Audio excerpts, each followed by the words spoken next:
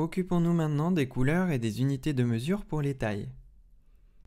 Comme nous l'avons déjà vu, la couleur du texte se gère avec Color. Attention, pour les couleurs de fond, il s'agira d'une autre propriété. On peut noter les couleurs de différentes façons.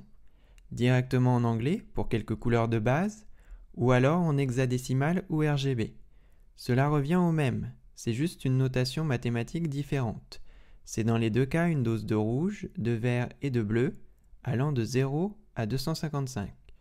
Le noir est l'absence de couleur, donc 0, 0, 0, tandis que le blanc est le mélange de toutes les couleurs, donc 255, 255, 255. Les gris seront également 3 valeurs identiques. Bien que toutes ces syntaxes soient valides, la convention penche plutôt aujourd'hui pour le RGB, plus lisible par tout le monde.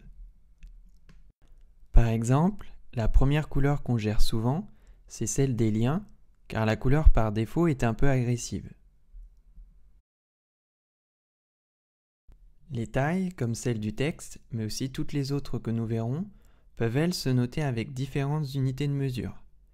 Il faut évidemment éviter les points, centimètres et millimètres, qui sont faits pour l'impression mais pas pour le web.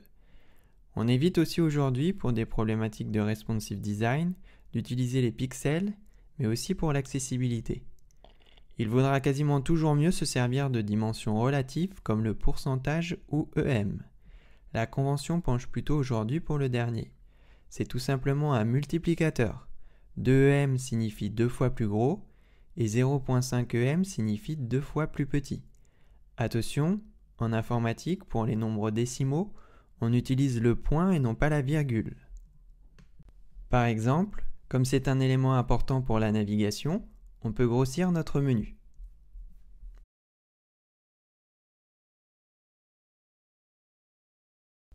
N'hésitez pas à vous abonner à notre chaîne YouTube pour suivre tous nos tutoriels HTML5 et CSS3 en cours et à venir.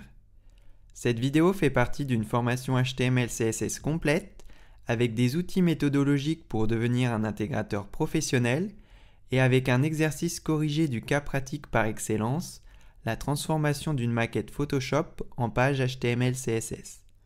Retrouvez-la sur notre site web formationhtml5.com et inscrivez-vous à la newsletter pour obtenir des coupons de réduction. Et pour suivre l'actualité du HTML5 et du CSS3, rendez-vous sur notre compte Twitter @formationhtml5.